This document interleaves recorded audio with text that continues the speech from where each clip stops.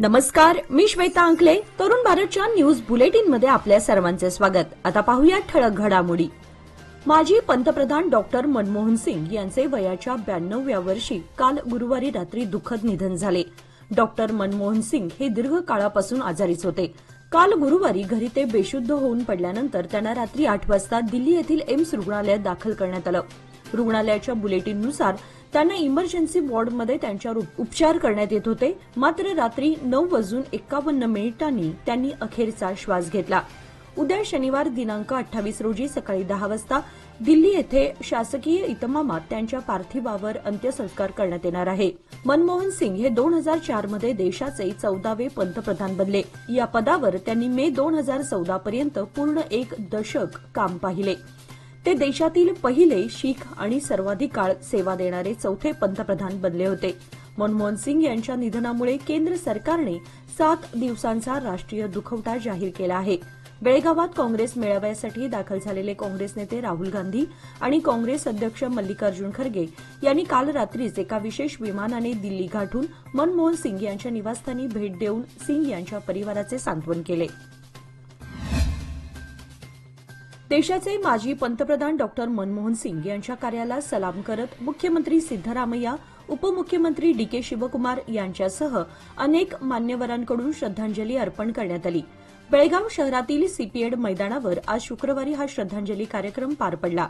यावेळी मुख्यमंत्री म्हणाले की भारताचे माजी पंतप्रधान डॉक्टर मनमोहन सिंग यांच्या निधनाने देशाने एक उमदा प्रशासक, अर्थतज्ञ गमावला आहे. यासह त्यांनी रिझर्व्ह बँक गव्हर्नर पद, अर्थमंत्री, पंतप्रधान अशा विविध भूमिकांमधून चांगली कामगिरी केली होती आणि देशवासियांना न्याय देण्याचा प्रयत्न केला. भारताच्या राजकारणात स्वतःचे एक वेगळे स्थान निर्माण करण्याचा प्रयत्न त्यांनी केला होता. अर्थशास्त्राशी संबंधित विपुल लेखन सुद्धा त्यांनी केलेलं आहे. त्यांनी केलेले कार्य हे सदैव देशवासियांच्या स्मरणात राहील असेही ते म्हणाले. यावेळी मंत्री, आमदार, खासदार यांच्यासह आजी माजी लोकप्रतिनिधी उपस्थित होते. माजी पंतप्रधान डॉक्टर मनमोहन सिंग यांच्या निधनामुळे बेळगावात 27 डिसेंबर रोजी होणारे सर्व कार्यक्रम रद्द करण्यात आले होते. बेळगाव येथे महात्मा गांधी यांच्या अध्यक्षतेखाली झालेल्या बेळगाव काँग्रेस अधिवेशनाचा शताब्दी कार्यक्रम 27 डिसेंबर रोजी होणार होता. या पार्श्वभूमीवर काँग्रेस नेत्यांनी बेळगावात मुक्काम केला होता. तसेच दिनांक 27 रोजी काँग्रेस कार्यकारिणी सभेचे आयोजन करण्यात आले होते. मात्र माजी पंतप्रधान डॉक्टर मनमोहन सिंग यांच्या निधनामुळे सर्व कार्यक्रम अचानक रद्द करण्यात आले आहेत. अखिल भारतीय काँग्रेस समितीचे अध्यक्ष मल्लिकार्जुन खरगे आणि लोकसभेतील विरोधी पक्षनेते राहुल गांधी हे काल रात्री तातडीने दिल्लीला रवाना झाले. अधिवेशनासाठी बेळगावात दाखल झालेले काँग्रेसचे सर्व ज्येष्ठ नेते आणि पदाधिकारी माजी पंतप्रधानांना अखेरचा निरोप देण्यासाठी काँग्रेस नेते दिल्लीत दाखल झाले आहेत. हुबळी येथे सिलेंडरचा स्फोट होऊन 9 अय्यप्पा स्वामी मालाधारी गंभीर जखमी झाल्याची घटना रविवार दिनांक 22 डिसेंबर रोजी घडली होती. डॉक्टरांनी सांगितले की यातील जवळपास 9 जण गंभीररित्या भाजले असून अनेकांची प्रकृती चिंताजनक असल्याचं सांगितले होते. Karnataka medical college and research institute Hubli येथे उपचार सुरू असताना सोमवारी त्यातील दोघांचा तर आज शुक्रवारी एकाचा मृत्यू झालाय. उर्वरित 6 जखमींची प्रकृती स्थिर असून त्यांच्यावर उपचार सुरू आहेत. या प्रकरणी हुबळी येथील विद्यानगर पोलीस ठाण्यामध्ये याची नोंद झाली. नववर्षाच्या स्वागताला अवघे काही दिवस उरले असून सरत्या वर्षाला निरोप देण्यासाठी बेळगावकर सज्ज झालेत. नववर्षानिमित्त बेळगावातील अनेक हॉटेल्समधून आकर्षक ऑफर्स ग्राहकांना देऊ केले आहेत. अगदी एखाद्या उत्सवाप्रमाणे नववर्षाच्या स्वागताचा उत्साह बेळगावकरांमध्ये बघायला मिळतो. नाताळपासून सुरू झालेला हा जल्लोष 31 डिसेंबरच्या मध्यरात्रीपर्यंत चालणार आहे. सरत्या वर्षाला निरोप आणि नव्या वर्षाच्या स्वागताची जय्यत तयारी शहरभरातील चिमुकल्यांनी सुरू केली आहे. विविध कार्यक्रमांचे आयोजन करण्याबरोबरच शहर परिसरात ठिकठिकाणी ओल्ड मॅन उभे करण्यास सुरुवात झाली आहे.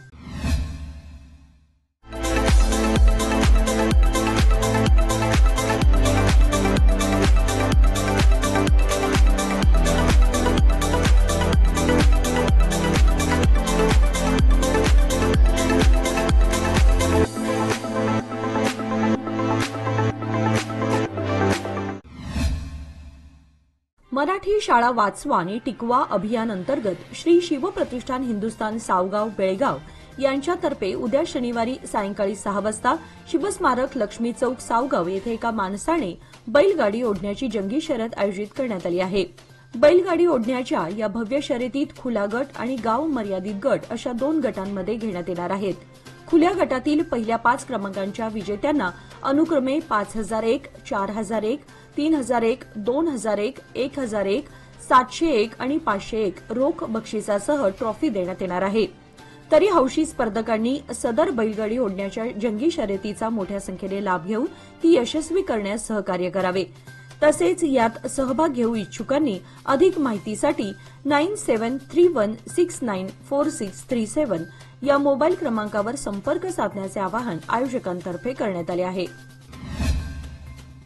सीमा भागात साखर कारखान्यांचा गळीत हंगाम सुरू झाला आहे। त्यासाठी सायंकाळच्या वेळी ऊस वाहतूक करणारी वाहने नियमबाह्य पद्धतीने चालवली जात आहेत। अनेक वाहनांना रिफ्लेक्टर्स नसल्याने रस्ते अपघाताच्या अनेक घटना घडतायत। बेकायदेशीर ऊस वाहतुकीला आळा बसावा यासाठी प्रादेशिक परिवहन विभाग किंवा पोलीस प्रशासनानं लक्ष घालावं अशी मागणी होऊ लागली आहे। दरवर्षी ऑक्टोबर-नोव्हेंबर महिना आल्यावर ऊसाच्या गळीत हंगामाला सुरुवात होते। ऊस वाहतूक करणाऱ्या चालकांचा मनमानी कारभार अनेकांना जीवघेणा ठरत आहे। परंतु कोणताही कारखाना या वाहनांना कोणत्याही प्रकारचे नियम सांगत नसावेत असेच दिसून येते। वाहतुकीचे अनेक नियम असतात, परंतु वाहन चालक वाहतुकीचे नियम धाब्यावर बसवून बेफामपणे ऊस वाहतूक करतात। याकडे संबंधित कारखाना प्रशासन, पोलीस खाते आणि परिवहन अधिकाऱ्यांचं दुर्लक्ष झालं आहे। ऊस वाहतूक करणारे वाहनाच्या मालवाहतूक क्षमतेपेक्षा जास्त ऊस भरून वाहतूक करतात। शहरातील गजबजणाऱ्या रस्त्यावरून वाहन चालक अतिशय धोकादायक पद्धतीने वाहन चालवत आहेत। याकडे प्रशासनानं तातडीनं लक्ष देणं गरजेचं बनलंय। रोटरी क्लब ऑफ वेणुग्रामची स्थापना 25 वर्षांपूर्वी झाली। आजपर्यंत रोटरी क्लबच्या माध्यमातून विविध सामाजिक उपक्रम हाती घेतले असून यंदाचे त्यांचे हे 25वे वर्ष साजरे होत आहे। यानिमित्त वर्षभर अनेक सामाजिक कार्य हाती घेतले असून त्यापैकी बेळगावातील सुप्रसिद्ध नाणी संग्रहकर्ते आणि रोटेरियन अरुण कामुले यांच्या जुन्या अशा कंदील तसेच अतिदुर्मिळ नाण्यांचे आणि देशी विदेशी चलनी नोटांचे भव्य असे प्रदर्शन बेळगावातील खानापूर रोड येथील महावीर भवन येथे 2 दिवसीय भव्य प्रदर्शनाचे आयोजन करण्यात आले आहे।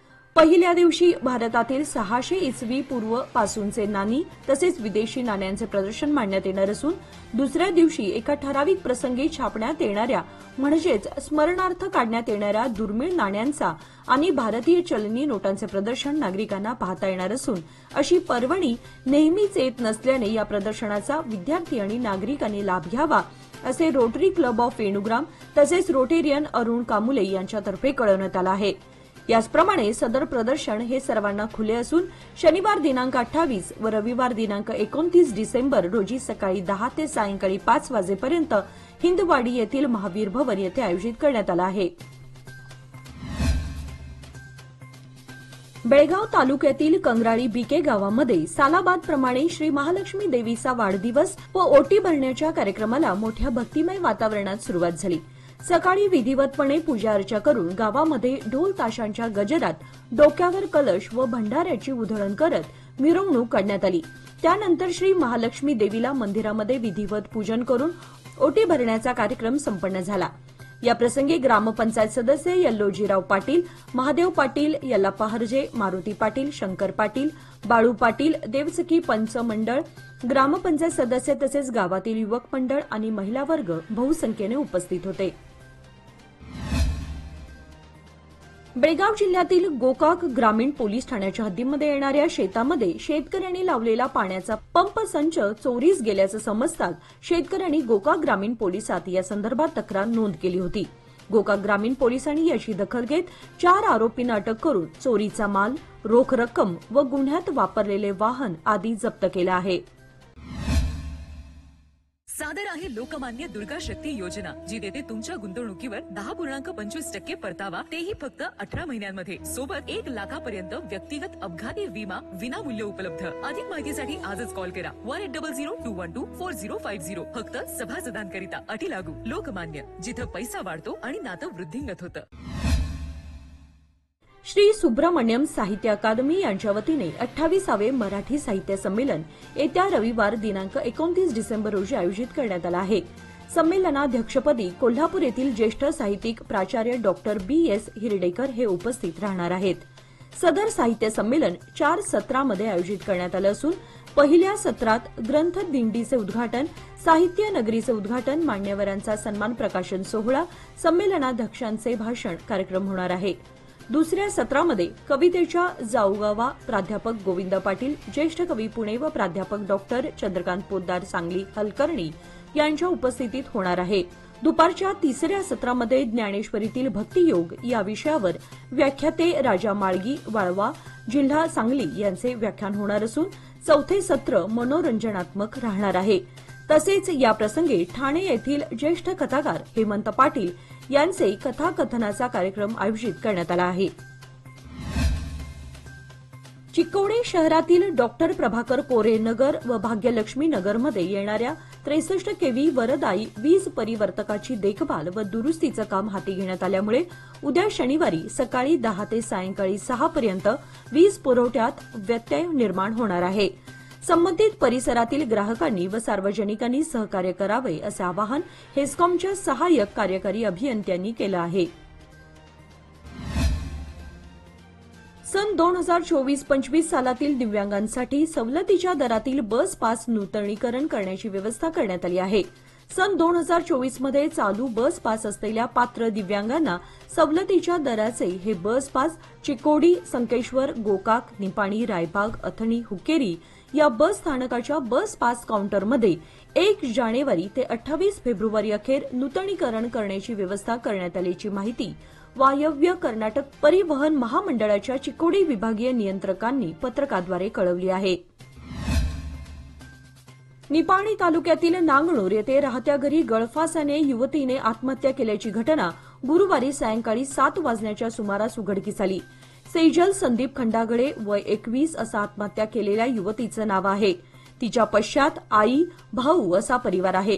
घटनेचे कारण अस्पष्ट असून परिसरातून या घटनेबाबत हळहळ व्यक्त होत आहे. याचबरोबर आजचे बातमीपत्र इथे संपले. अधिक माहिती आणि ताज्या घडामोडींसाठी पाहत रहा तरुण भारत न्यूज चॅनल.